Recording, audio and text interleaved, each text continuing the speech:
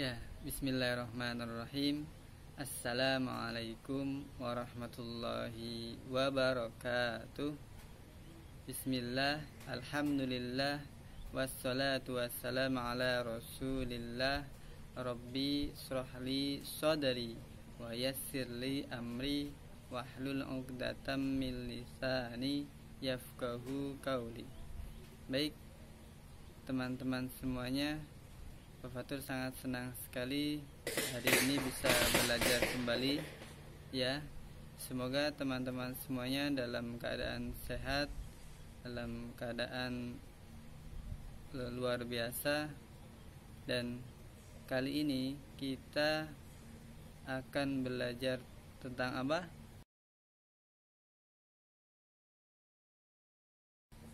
Ya, sebelum itu Pak Fatur mau tanya, teman-teman hari ini sudah membaca Al-Mansuratkah? Atau sudah sholat duha? Atau ada yang sudah membaca tilawah, membaca Al-Quran? Ya, semoga teman-teman semua hari ini bisa melakukan amal-amal yang terbaik ya.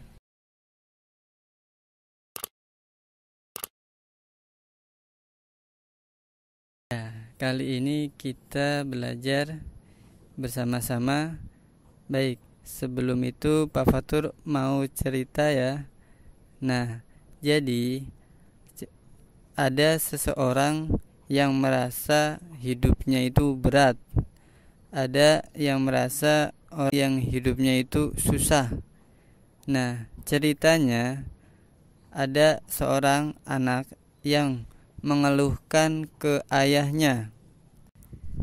Ya, jadi ada seorang anak yang mengeluhkan kepada ayahnya. Jadi apa yang anak yang dirasakan dikeluhkan, dan ayah tersebut tidak menjawab apa-apa. Jadi anak yang bercerita tentang masalah hidupnya, ayahnya hanya mendengarkan saja, tidak berkata sedikit pun. Lalu seorang ayah itu memberikan air yang dalam satu gelas ya, air, lalu dikasih garam. Nah, anak tersebut diminta untuk meminumnya. Nah, ternyata belum, dan anak tersebut langsung memuntahkan karena sangat asin. Nah, selanjutnya ayah tersebut masih belum memberikan penjelasan. Nah, ayahnya lalu membawa anaknya ke sebuah sungai atau danau di belakang rumahnya. Dan ayah tersebut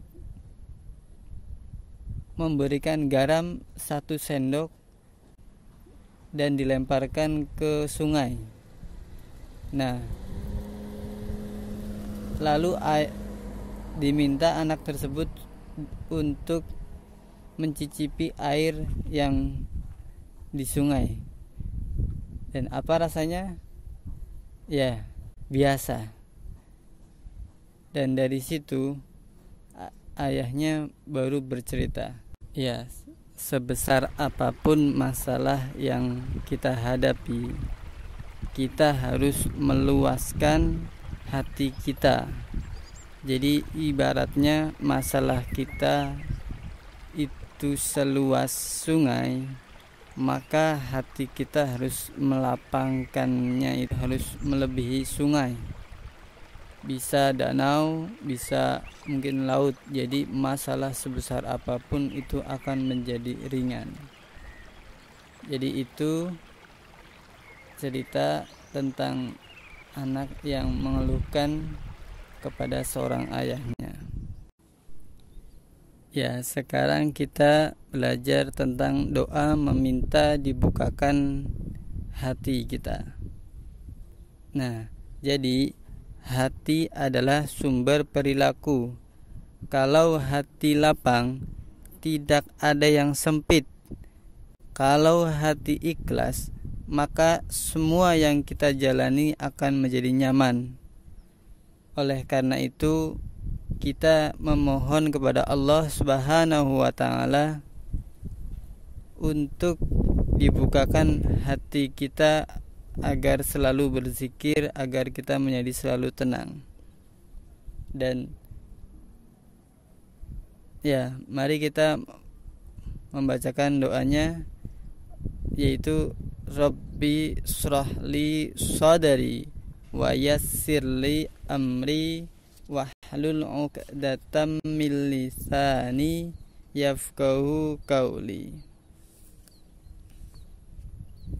yang artinya, ya Allah, lapangkanlah dadaku, mudahkanlah urusanku, dan lepaskanlah kekakuan lidahku supaya mereka mengerti perkataanku.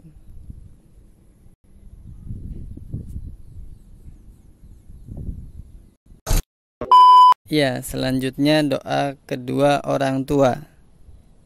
Nah, ini adalah doa yang sangat penting. Jadi, ridallahu fi ridol walidain. Jadi, ridho Allah berkaitan dengan ridho kedua orang tua, dan murkanya Allah berkaitan dengan murkanya kedua orang tua. Jadi intinya, kita kepada orang tua berarti kita taat kepada Allah, dan durhaka kita kepada orang tua berarti kita durhaka kepada Allah. Jadi kita harus berbakti kepada orang tua. Nah, pasti teman-teman semuanya sudah hafal dan selalu mengamalkan doa kedua orang tua. Ya, jadi doanya seperti ini. Rabbighfirli wali walidayya warhamhuma ma rabbayani shahira, yang artinya, ya Allah, ampunilah dosaku dan dosa kedua orang tuaku, dan sayangilah mereka sebagaimana mereka mendidikku di waktu kecil. Jadi itu yang sering kita doakan. Pasti teman-teman selalu ingat kebaikan-kebaikan orang tua kita. Satu lagi, kadang-kadang ada yang mencaci atau mengejek orang tua orang lain atau orang tua teman kita. Nah, pasti teman kita akan balik mencaci atau mengejek orang tua kita. Nah, ini yang kadang-kadang Pak Fatur dengar gitu ya. Jadi jangan sampai kita mencaci maki atau mencela atau mengejek orang tua orang lain, atau mengejek teman orang tua kita. Nah, karena ini termasuk salah satu dosa besar, dan kita harus menjauhi perbuatan ini ya.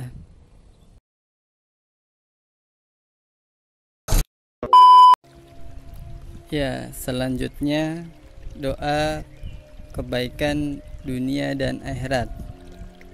Jadi ini adalah doa yang paling utama, karena tiada sesuatu pun yang lebih afdol dari ampunan dan keselamatan di dunia dan di akhirat. Mari kita bacakan doanya.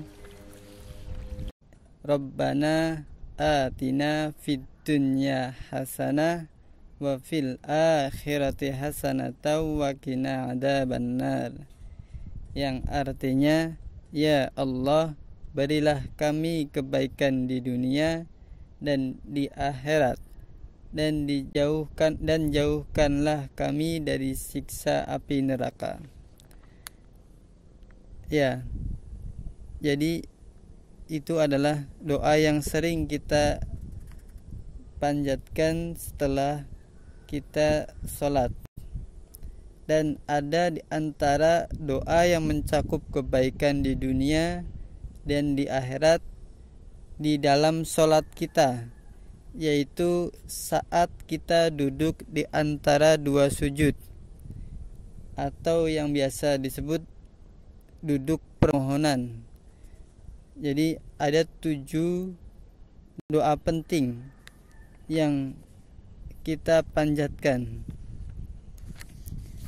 dan kita meminta ampunan, belas kasihan, kecukupan, derajat yang tinggi, rizki, petunjuk, kesehatan, dan maafkanlah aku. Jadi teman-teman pasti semuanya sudah tahu yang bunyinya seperti ini. Allahumma firli warhamni wajibulli warfa'ni warzuqni wahdini wa'afini wa'fu'anni. Ya, selanjutnya kita belajar tentang hadis. Tadi kita belajar tentang doa. Nah, ada hadis Nabi SAW